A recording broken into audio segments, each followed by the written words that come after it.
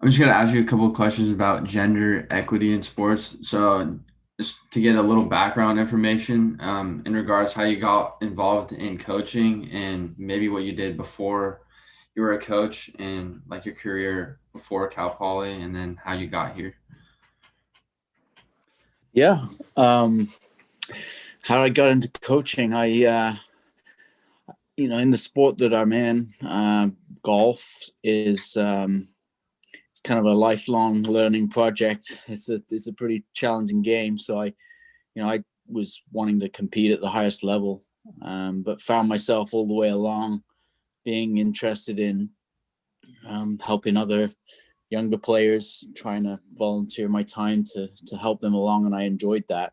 Um, I didn't, necessarily think I'd end up a coach, but it worked out as a really, especially when I found out that coaching involved a lot of business, psychology, which is my degree. I have a psychology degree from Stanford University, so it gets me to use a lot of different skills, and not just the knowledge that I have in my sport. But the opportunity was fortuitous. I was cycling out of playing competitively as a touring professional golfer. That was back in like 2009. I made the decision I was gonna go to business school in Paris and take some um, do a business school degree there, um, which was going to be interesting. But at the same time, I kept in touch with my alma mater and wished them luck in the NCAA championship. And the coach happened to say, I'm looking for a colleague coach to join me, Mhm. and let me know if you want to throw your hat in the ring. So I tried. I always kind of had that as a sidebar Yeah. project in my life.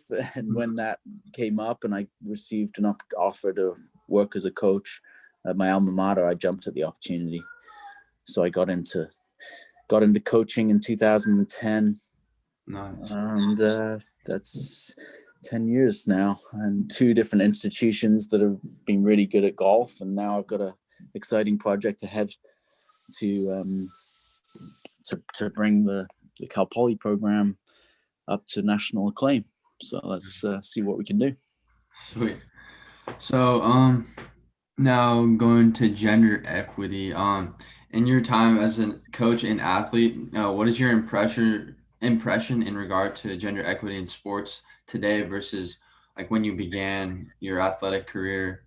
Um, is there any like differences you have seen maybe or with like Title IX or like rules Yeah, or like movements you yeah, yeah. So I really only, you know, a lot more awareness. I think is the key part. Getting into coaching as a career Mhm. and understanding a little bit about how um, athletics departments operate, and they're concerned to satisfy um, the Title IX, the laws that are in place. So I'm just beginning to understand that, and know that Title IX is not, it's not actually, we think of it in one level, but it's there's lots of different levels um, to the Title IX legislation, and um, the resources pop piece is just one piece of the puzzle, along with how men and women treat each other in the workplace, and well, in the sporting environment as well. So just more awareness, is how I've perceived it, in my working career. Nice. Do you have any like first-hand experience with that or just not? So yeah, just um, managing how the men's and women's programs work together, just in my particular small piece of the the athletics world. Just managing, um, having an awareness of all the different sports and all the numbers and proportional budget, with the two biggest sports, and how the two biggest sports, that so baseball and football, that have no equivalent in the on the women's side, as in the no, not, they don't have the same sport on the men's and women's side, and then how some of the other sports have to make up a little bit to try to equalize across the athletics department. That's the most aware I've been, and then how that affects scholarships relatively on the in our sport. Men's golf has 4.5 scholarship, women's golf has 6 scholarship, but I've come to understand how that interplays in the bigger picture. So that's really the only major Title IX piece, apart from the education each year that we receive on how to treat one another with different backgrounds. Exactly. You think Cal Poly has done a good job with that in your time here, or like any experience you've had in the past where you feel like they've like maybe implemented like a program or like taught, I don't know, student athletes about this? Or student athletes, I'm not sure if I think that especially with this project, for example, I think that probably you going through this helps you a lot to understand what Title IX is all about. I think that as coaches in my role, I've been very grateful for the ongoing education about what Title IX is. I'm not sure if that's explained really well to the student athlete, or it hasn't been well explained to the student athlete until more recently. And I think we've made some good strides educating the broader picture to the student athlete. And so, just basic van ride conversations about Title IX have got a lot more informed in the last years. Cal Poly, I cannot speak to because of how recently I moved here. But in the institutions I was at, I thought year in, year out, we did a better job of presenting and making student athletes more informed about the bigger picture.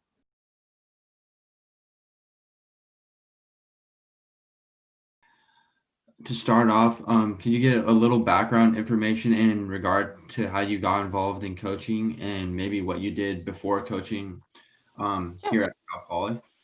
Yeah, sure. To make the long story a little bit short, but I grew up in Sweden, so I came to the U.S. in 2002 on an athletic scholarship for college golf, and I graduated in 2006 from Cal up at Berkeley.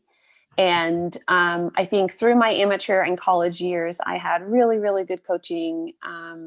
I mean, looking back, I have great mentors in some of the coaches that I had through national teams and back in Sweden. And then also my college coach is a really good friend of mine. And I went on to play professional golf for about 6 or 7 years. And as I was debating stopping, quitting playing, I didn't really know what to do. Yeah. It never really was a goal of mine to turn college coach or instructor or anything like that. I always thought that was not going to be something that I enjoyed. But as I was, thinking about stopping golf, then Nancy, again up at Berkeley, she being a good friend and a mentor, she was one that I advised on what should I be doing? Should I continue, give it another year or whatnot? And at that time, her assistant had just left for a head coaching position. So a spot opened up with her and she said, whatever you decide to do, if you are stopping, then you might want to consider try coaching out. And so I kind of fortunately fell into the occupation that I never thought I would ever have. And as I was coaching with my old college coach, then I just really found a great joy, and I really enjoyed the game of golf differently from when I was competing. I mean, I love it in both ways, but the reward in coaching and sharing my experiences and what I had learned through my years was really rewarding, and I really enjoyed that. So 2.5 years at Cal as an assistant. And then interestingly enough, San Luis Obispo, I had lived here when I was playing professionally. So this was my kind of home base back then. And my husband is from Atascadero. He's a Cal Poly grad. So we met here. We lived, Yeah, so we met here, and when obviously we moved up to Berkeley for that job, and then when the Cal Poly program opened up for a position for the women's side, then that was a no-brainer to apply and get back to the Central Coast. Nice. That sounds great. That's cool to hear. Yeah. So, my next question is, in your time as a coach and athlete, what is your impression in regard to gender equity in sports today versus when you began your career, like in the United States? Did you see any difference, like the way you were treated, or any way, like just any differences in regards to like how you're playing, or like different rules that were established, like in your time in your career? Or Yeah. That's a great question. Ooh, I'm just thinking back on, I mean, this is maybe a silly, but this comes to my mind first, just the uniform we had when I was in school and being a college female golfer. I think we wore men's shirts, golf oh my shirts, goodness. because there was no women's golf line Oh in my. the clothing that we were wearing. And so it wasn't that great. I mean, Yeah. that has obviously changed until today. Let's see, what are some of the differences? I think I mean, as a student athlete, I don't think I noticed much, because it was just the way it was, and you didn't really think about it as a 19, 20-year-old, Exactly. what the differences were during my time in school. I think now as a coach, I have been informed and taught, and just like we know so much about the equity part and the Title IX and what's supposed to be, equal for male and female athletes versus, Exactly. if we talk about the access to coaching or training staff or facilities or what it might be. Hmm. Um, so yeah, I'm not so sure. I'm trying to see here. I'm just comparing men's and women's golf Yeah, programs maybe because go into that or something like that. yeah, and I don't know. It is as in most other sports. The attention on the male side, compared to the women's side, is always greater. Mhm. I don't Yeah. know. People pay more attention to the men's sports than the women's sports, and especially golf, I would say. I mean, Mhm. I see that from just when I was playing professionally, how big of a challenge it was to play on a mini tour on the women's side compared to what it might have been on the men's side. So yeah. Um, but yeah, in college, like I said, we are under so many rules and guidelines as far as that goes that I wouldn't be, actually, I'll tell you this. If you need one more interview, or if you want to skip mine and do this one instead, I'm going to say my Mhm. husband, Christian, his aunt, Janny Johnson, she was one of the first two scholarship women student athletes at Cal Poly Oh in my God. 1970 something. She was a track athlete or a cross country runner. So Mhm. that year when she, like I said, there were two student athletes that came in that year, women that were on scholarship, tuition and fees only. Wow. She went on to do, I think, Olympic trials and stuff. And then Oh. later in her professional life, she was coaching and teaching at Cuesta. Oh. She lives locally. She is one that really can speak to Title IX. Uh-huh. That's But really. yeah, so if you want to interview her, I can just send you her info. She would be probably happy to help. But okay, let's see. Things that I've seen within sport, within golf. I think it's just the visibility, and that comes from media and people watching Mhm. or supporting. And yeah, I'm not sure, Yeah, because maybe. like I said, we're so covered under the Title IX as far as we have equal access to things, which is the way it should be. Yeah, that's Title IX. You'd say Title IX has definitely been good for sports. That's one. My next question. So. Yeah, I mean, I think you can twist and turn that however you want, but I think Mhm. to give access to women in sports, yes, I think it's an amazing opportunity that's been given. I know there are some that will say that, well, because they increased the access on the women's side, it has lessened the access on the men's side, which I don't. Yeah, think I would that's ever agree with. yeah, that's Which I'm not like, wait, there's, exactly. Yeah, it's not that, at all. Yeah. yeah. So I do think there has been a great opportunity here for women to play the sports. Yeah. Right.